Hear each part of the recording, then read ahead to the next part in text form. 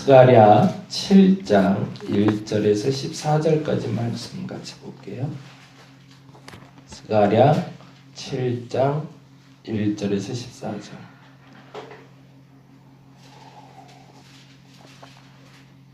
내일은 성탄절이라 저희가 성만찬을 좀 하려고 그래요. 교회에서. 그래서 각 교회별로 이제 새벽 예배들 많이 하실 텐데 저희는 성탄 예배를 새벽 예배로 하고 오전 오후에는 자유롭게 시간 쓸 수 있도록 하려고 합니다. 그래서 내일 예배 드릴 때는 그냥 동일하게 이렇게 찬송 부르고 예배 드린다 말씀 전한 다음에 제가 성찬을 좀 분배를 하겠습니다. 공급하고 그리고 시간이 좀 괜찮으면 한 분 한 분씩 좀 안수 기도를 해드리고요. 그렇지 않으면 자유롭게 기도하고 돌아갈 수 있도록 그렇게 하도록 할 건데요. 기도해 주시고 또 예배 잘 마칠 수 있도록 여러분 함께 해 주시기를 부탁드립니다. 7장 1절에서 14절 말씀 같이 한 목소리로 읽도록 하겠습니다. 다리오 왕 제4년 아홉째 달 곧 기슬레월 4일에 여호와의 말씀이 스가랴에게 임하니라. 그때 베델 사람이 사레셀과 레겜멜렉과 그의 부하들을 보내어 여호와께 은혜를 구하고 만군의 여호와의 전에 있는 제사장들과 선지자들에게 물어 이르되 내가 여러 해 동안 행하는 대로 5월 중에 울며 근신하리이까 하매 만군의 여호와의 말씀이 내게 임하여 이르시되 온 땅의 백성과 제사장들에게 이르라. 너희가 70년 동안 다섯째 달과 일곱째 달에 금식하고 애통하였거니와 그 금식이 나를 위하여 한 것이냐. 너희가 먹고 마실 때에 그것은 너희를 위하여 먹고 너희를 위하여 마시는 것이 아니냐. 예루살렘과 사면 성읍에 백성이 평온히 거주하며 남방과 평온에 사람이 거주할 때에 여호와가 옛 선지자들을 통하여 외친 말씀이 있지 않으냐 하시니라. 여호와의 말씀이 스가랴에게 임하여 이르시되 만군의 여호와가 이같이 말하여 이르시기를 너희는 진실한 재판을 행하며 서로 인애와 긍휼을 베풀며 고아와 거부와 나그네와 궁핍한 자를 압제하지 말며 서로 해하려고 마음에 도모하지 말라 하였으나 그들이 듣기를 싫어하여 등을 돌리며 듣지 아니하려고 귀를 막으며 그 마음을 금강석 같게 하며 율법과 만군의 여호와가 그의 영으로 옛 선지자들을 통하여 전한 말을 듣지 아니하므로 큰 진노가 만군의 여호와께로부터 나왔도다. 내가 불러도 그들이 듣지 아니한 것처럼 그들이 불러도 내가 듣지 아니하리라. 만군의 여호와가 말하였느니라. 내가 그들을 바람으로 불어 알지 못하던 여러 나라에 흩었느니라. 그 후에 이 땅이 황폐하여 오고 가는 사람이 없었나니 이는 그들이 아름다운 땅을 황폐하게 하였음이라 하시니라. 아멘. 스가랴는 1장부터 8장까지가 첫 번째 단락이고요. 9장부터 나머지 14장까지가 두 번째 단락이 되는데 1장부터 8장까지 이야기는 스가랴 시대에 성전 건축을 할 때 정확히는 다리오 왕 2년에서 4년까지 2년 동안 있었던 일에 대한 기록이기도 합니다. 다리오 왕 2년에는 학개라는 사람이 먼저 나와서 말씀을 선포하고 성전 건축을 독려했다라는 이야기 지난번에 드렸는데요.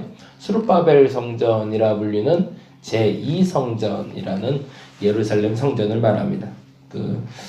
이스라엘의 성전이 이제 성막은 모세 성막을 얘기하고요.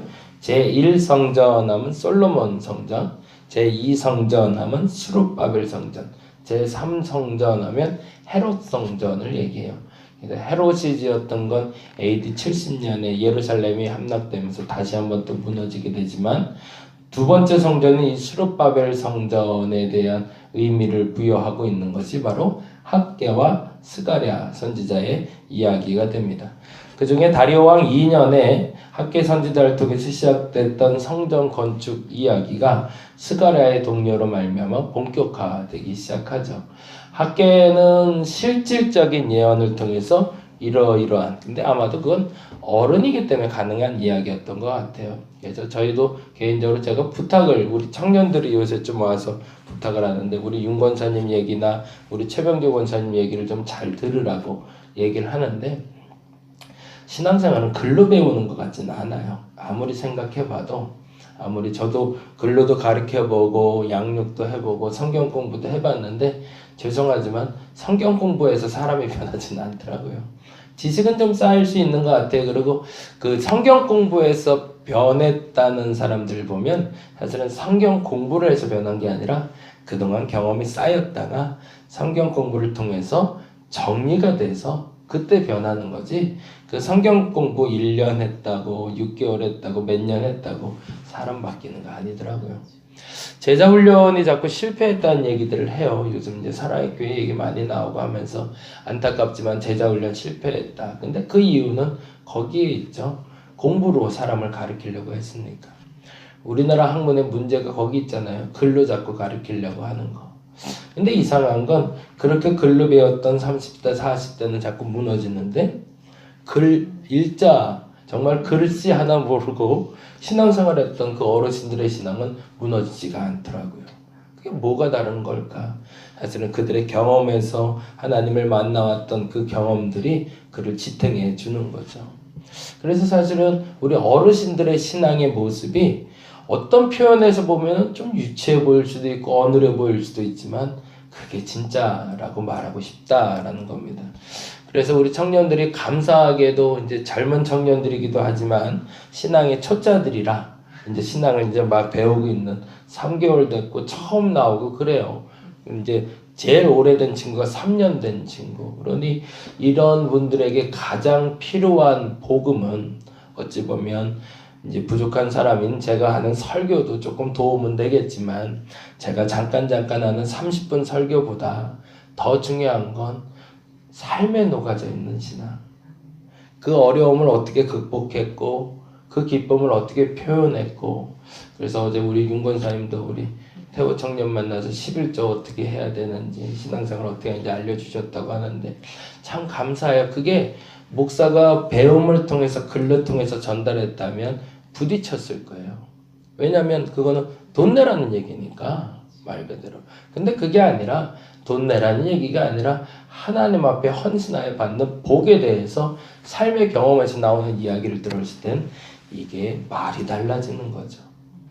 저와 여러분의 배움의 터전이 삶이시기를 간절히 바랍니다.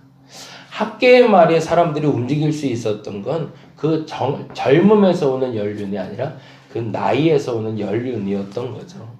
그러니까 그렇게 16년간 멈춰 있었던 성전 건축을 돌이켜서 움직이게 하는 원동력은 스가랴의 탁월한 예언이 아니라 학계의 삶에서 나온 경험이었다는 겁니다.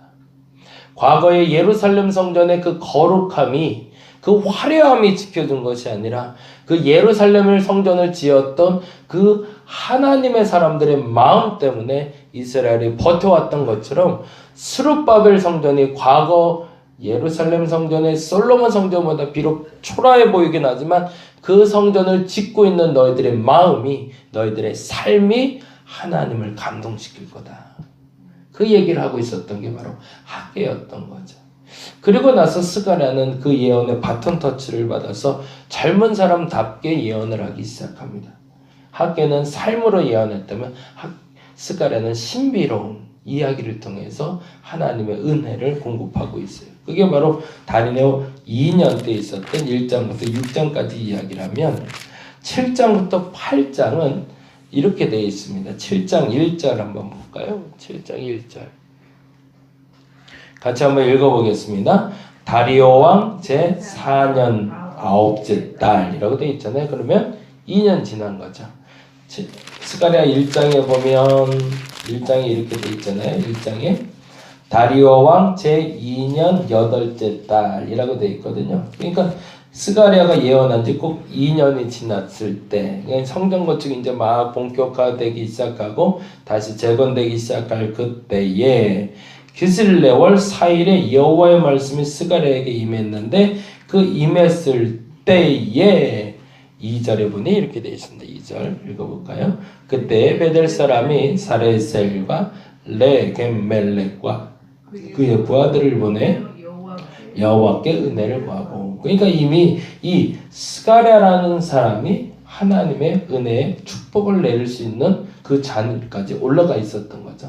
선지자로서 그 정도의 권위와 능력을 갖게 된 젊은 사람이지만, 그러나 하나님에 대한 영적 경험이 깊어지니까 학계와 같은 나이의 연륜은 없어도 그 신앙의 경륜으로 존중받을 사람이 돼 있었던 겁니다. 이 교회는 두 가지 사람이 존중받아야 되는 거예요. 나이 든 사람이, 신앙생활에 경륜이 있는 사람이 존중받아야 되고, 또 하나는 젊다, 나이가 많다가 아니라 신앙의 깊이가 깊은 사람이 존중받아야 되는 거죠. 이 두 가지의 기준이 정확하다면 교회는 흔들릴 일이 없을 겁니다. 근데 신앙의 경륜이 깊지 않은데도 불구하고 나이가 많다는 이유로 존중받기 시작하면 그때는 교회는 병들게 되는 거죠. 이 부분을 우리가 잘 조절해서 가야 돼요. 그래서 젊은 사람이라 할지라도 신앙이 깊은 사람은 교회의 어른이 될 수 있습니다. 그러나 나이 든 사람이라면 신앙의 경륜이 얕다면 교회의 어른 역할을 하면 안 됩니다. 왜요? 그러면 교회가 병들어요.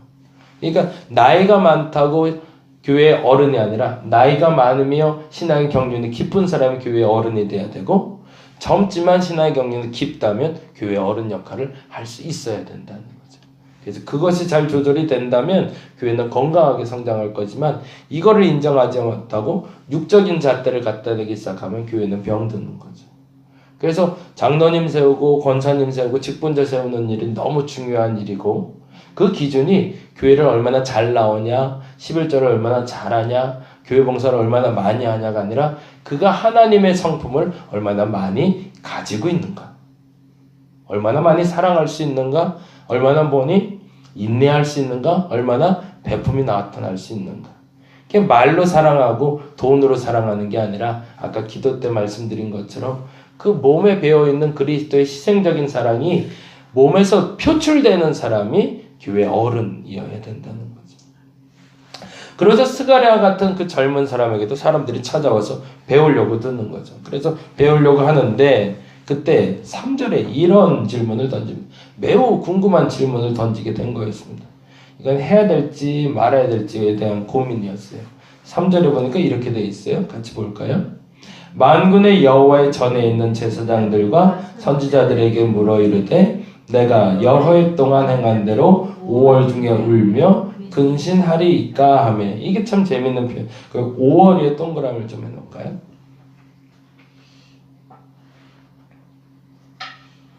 그리고 5절도 다시 하나 볼까요? 5절 말씀 같이 읽어봅니다. 온 땅의 백성과 제사장들에게 이르다 너희가 70년 동안 다섯째 달, 그게 5월이겠죠, 그렇죠? 다섯째 달, 그리고 또 하나 나오죠. 뭐라 나오죠? 일곱째 달 금식하고 애통하였거니와 라고 되어 있습니다. 이게 이제 같은 거겠죠. 5월과 7월에 금식을 해왔는데 그거를 할까요 말까요? 라는 질문이에요. 이 질문은 뭐냐면 586년에 유대가 멸망을 해요. 근데 멸망할 때 그들이 충격에 빠져요. 지난번 말씀드린 대로 우리의 예루살렘 성전은 안 무너질 줄 알았거든요. 근데 그 성전이 무너져 버린 거예요. 그래서 이 무너져 버린 걸 참 유대인들은 독특해요. 그날을 기억해서 그날의 금식일로 선포해 버린 거예요. 두 번 다시 우리가 이 치욕을 겪지 말자.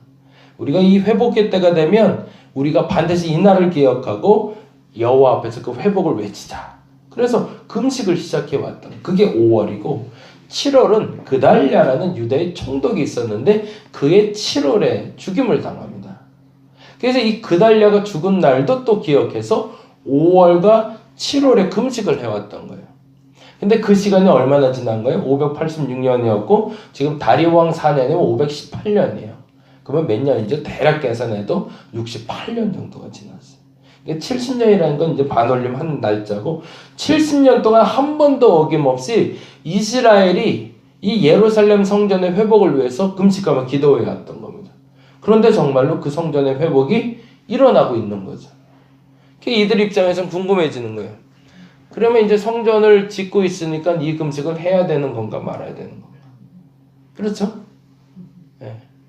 성전이 무너져서 시작한 금식인데 이제 성전을 지으니 해야 되나 말아야 되나 그 고민이 드는 거죠. 그래서 지금 스가랴에게 물으러 온 겁니다. 그런데 그 스가랴가 다음과 같이 이야기합니다. 5절 6절 같이 한번 볼까요? 같이 읽겠습니다. 온 땅의 백성과 제사장들에게 이르라 너희가 70년 동안 다섯째 달, 일곱째 달에 금식하고 애통하였거니와 그 금식이 나를 위하여 한 거지. 답답해서 묻는 거야. 그게 나를 위해서 한 거냐? 나를 위한 게 맞냐? 진짜로? 이게 하나님의 답답함이죠. 너희들 예배 계속 드리는데 그 예배가 진짜 나를 위한 거였냐? 너희 위한 거 아니었냐? 너희 마음에 속상해서 한 거 아니냐? 너희 좋으라고 한 거 아니냐? 그 금식이 도대체 누구를 위한 거였냐? 하나님이 화가 나신 거죠. 그리고 나서 다음과 같이 이야기하십니다. 이렇게 두 번 반복되는 적이 흔치 않은데 그게 나를 위하여, 도대체 나를 위하여 한 거냐? 라고 얘기하면 6절에 이렇게 얘기합니다. 읽어볼까요? 너희가 먹고 마실 때 그것은 너희를 위하여 먹고 너희를 위하여 마시는 것이 아니냐. 하나님의 질책이신 거죠. 형식만 남아있는 금식, 그건 해도 그만, 안 해도 그만. 너희가 70년 동안 금식해서 회복된 것 같냐? 그거 아니라는 거죠. 그 너희들을 위해서 한 거 아니냐. 정말 진심으로 나를 위해서 예배를 드려봤느냐. 성탄절 예배가 많아요. 제가 그래서 그 고민 때문에 성탄 오전 예배를 안 하려고 하는데 이제 이것도 조금 바뀌어야 되겠지만 성탄 주일 예배드리죠. 성탄 저녁 예배드리죠. 성탄 새벽 예배드리죠. 성탄 오전 예배드리죠. 무슨 의미죠? 왜 똑같은 이야기를 가지고 우리는 4번을 예배를 드려야 될까요? 근데 재미난 건 그 예배마다 해야 될 일들이 있어요. 성탄 전에는 아이들 성탄 발표해야 되고요. 성탄절에는 우리가 축하 공연해야 되고요. 성탄 주일날은 뭐 해야 되고. 우리가 만들어 놓은 형식이 만들어져 버렸어요. 근데 그걸 하기 위해서 그날 예배를 드려야 돼요. 그러면 어떤 현상이 벌어지는지 아세요? 제가 이게 싫어서 안 하는데 예배 빨리 드리고 행사해야 돼요. 빨리 설교 끝내달라는 요청을 매번 하세요. 이번에 목사님 5분만 설교해 주세요. 왜요? 행사할 게 많아요. 교회 학교 발표해야 되는데 설교가 길면 안 돼요. 그래서 5분만 설교하고 빨리 발표해 봐야 돼요. 그리고 발표해 보고 가야 돼요. 누구를 위한 예배죠? 아이들을 위해서 5월 5일 날 우리가 어린이 주일 예배를 드립니다. 그리고 애들이 그 예배를 위해서 2달을 준비를 해요. 보통 1달을 준비를 해요. 누구를 위한 예배를 드리고 있는 거죠? 어린아이들이 좋으려는 건가요? 어린아이들을 학대하기 위한 건가요? 이게 예배의 주체가 자꾸 변해요. 성탄절은 2번을 하든 1번을 하든 진짜 성탄 예배를 드렸으면 좋겠어요. 금식을 하는데 도대체 왜 금식하냐는 거죠. 우리가 예배 드리는데 왜 예배 드리냐는 거죠. 목적이 수단이 되어버리고 수단이 목적이 되어버린 예배가 우리에겐 안타깝게도 너무 많이 존재하고 있다라는 겁니다. 내버려두기에 반드시 필요하다면 해야 될 겁니다. 그러나 오늘 말한 것처럼 그 금식이 도대체 나를 위한 건 맞냐? 라는 물음을 던졌을 때 거기에 의구심이 든다면 우리는 과감히 결단해야 됩니다. 진짜 예배를 위해서. 저와 여러분이 드리는 예배가 진짜 예배인지 점검해 보시기 바랍니다. 그리고 한 번 더 고민해 보시기 바랍니다. 이 말은 조금 사변적인 얘기지만 나는 교회 진짜 어른인가? 신앙의 어른이 진짜 되고 있는가? 나이가 젊더라도 신앙이 깊이 가고 있다면 그를 나는 존중하고 있는가? 그것에 대해서 우리가 답할 수 있다면 진짜 예배와 진짜 교회는 시작할 수 있을 겁니다. 저와 여러분이 섬기는 제단이 그러한 제단과 그러한 교회가 되기를 간절히 바랍니다. 기도하겠습니다. 성탄절이 될 때마다 답답함이 옵니다. 세상보다도 못한 모임을 갖고 있지는 않은지, 세상이 손가락질하는 예배는 드리고 있지는 않은지, 진짜 예배인지, 진짜 예수 그리스도를 소망하며 드리는 예배인지, 발표회를 위해서 잠깐 시간 때우는 땜빵식의 예배인지 5분만 설교해 주세요. 이 말을 10년을 들었습니다. 부목사를 하면서 한 번도 5분 이상 설교하도 된다는 얘기는 들어본 적이 없는 것 같습니다. 어떤 예배의 의미가 있을까? 무엇을 위해서 우리는 기도하고 있는가? 무엇을 위해서 예배하고 있는가? 우리의 예배는 과연 목적지가 어디인가? 이 성탄절을 맞이하며 우리가 잘 정리해보게 하여 주옵시고 진짜 예배드리는 진짜 예수 그리스도를 소망하는 우리가 되게 하여 주시옵소서. 또한 신앙의 어른이 있었으면 좋겠습니다. 그것은 나이를 많고 적음을 말하는 것이 아니라 하나님을 얼마나 깊이 만나 그 성품이 하나님을 얼마나 닮아 있는가에 달려 있습니다. 그러한 어른들이 많아지는 한국 교계가 되게 하여 주시옵소서. 감사합니다. 고마우신 예수님 이름으로 기도드렸습니다. 다 같이 기도하고 돌아가도록 하겠습니다.